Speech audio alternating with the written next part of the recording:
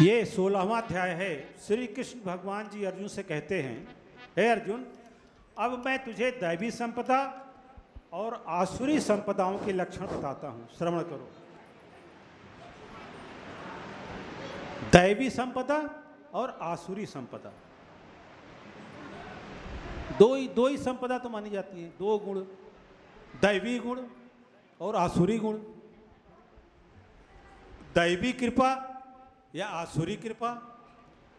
तो कह रहे हैं इस संपदा जो है ये भी दो प्रकार की है, दैवी संपदा और आसुरी संपदा। तो इनका मैं थोड़ा लक्षण बताता हूं, सुनो।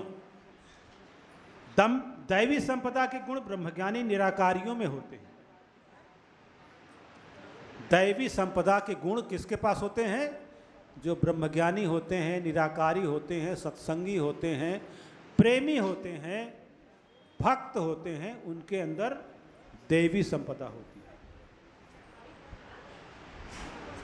अब दैवी संपदा होने का मतलब क्या है? कैसे जाने कि इनके अंदर दैवी संपदा है? दैवी संपदा का मतलब है कि उनका अंतःकरण शुद्ध रहता है। पहला,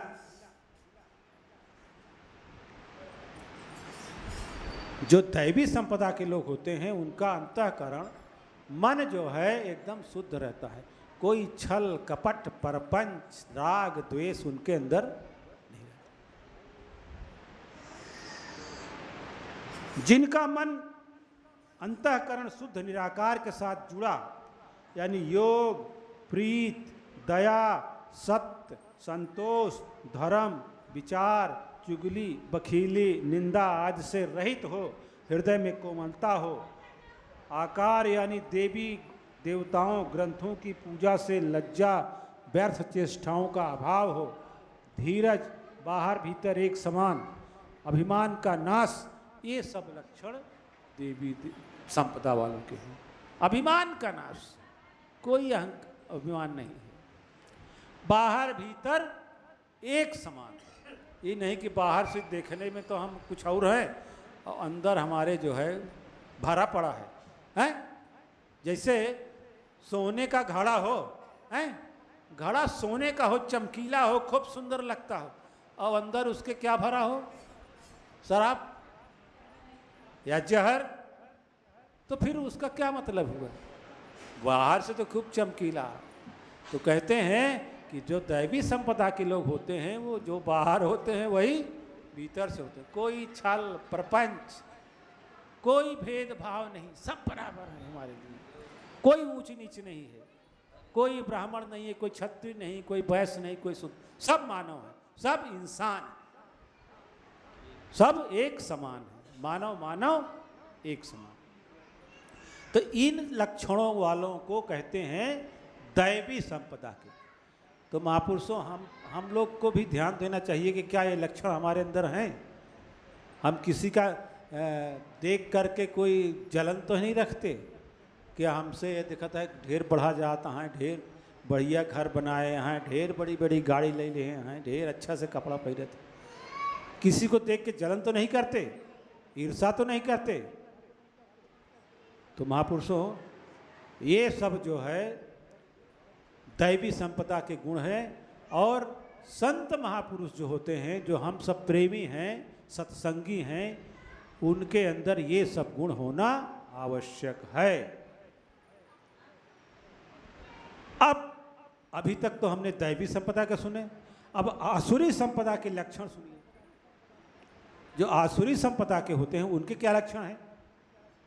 आसुरी संपदा वाले आठों पहर माया के अंदर हाय हाय कलपते रहते हैं, मन में पाखंड रहता है, कामी होते हैं, क्रोधी होते हैं, अहंकारी होते हैं, लोभी होते हैं, दूसरे को अपने से ऊंचा न देख करके ईर्ष्या करते हैं, वचन कठोर बोलते हैं और माया के वास्ते प्रीत रखते हैं, और जब काम बन जाए तो खिसक। ये हुए आसुरी संपदा वालों के लोग, यानी मतलबे। आठों पहर जो है वो माया में कलपते रहते हैं।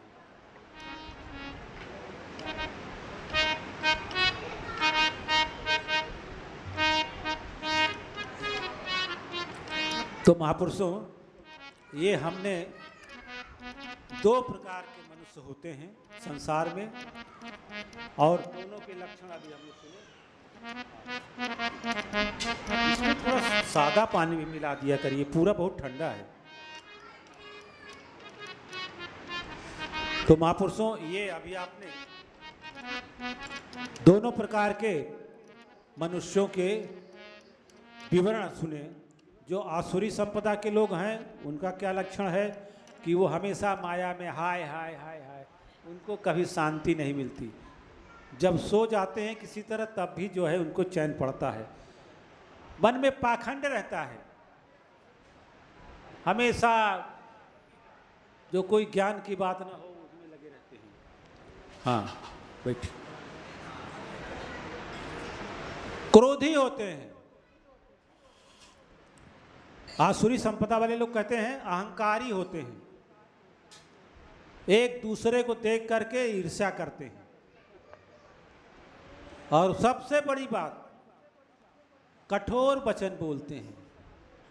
प्रेम वाली भाषा ही है नहीं। जब मरिए चैला फारे मरिए, हैं, सीधा सीधा चैला फार भाषा।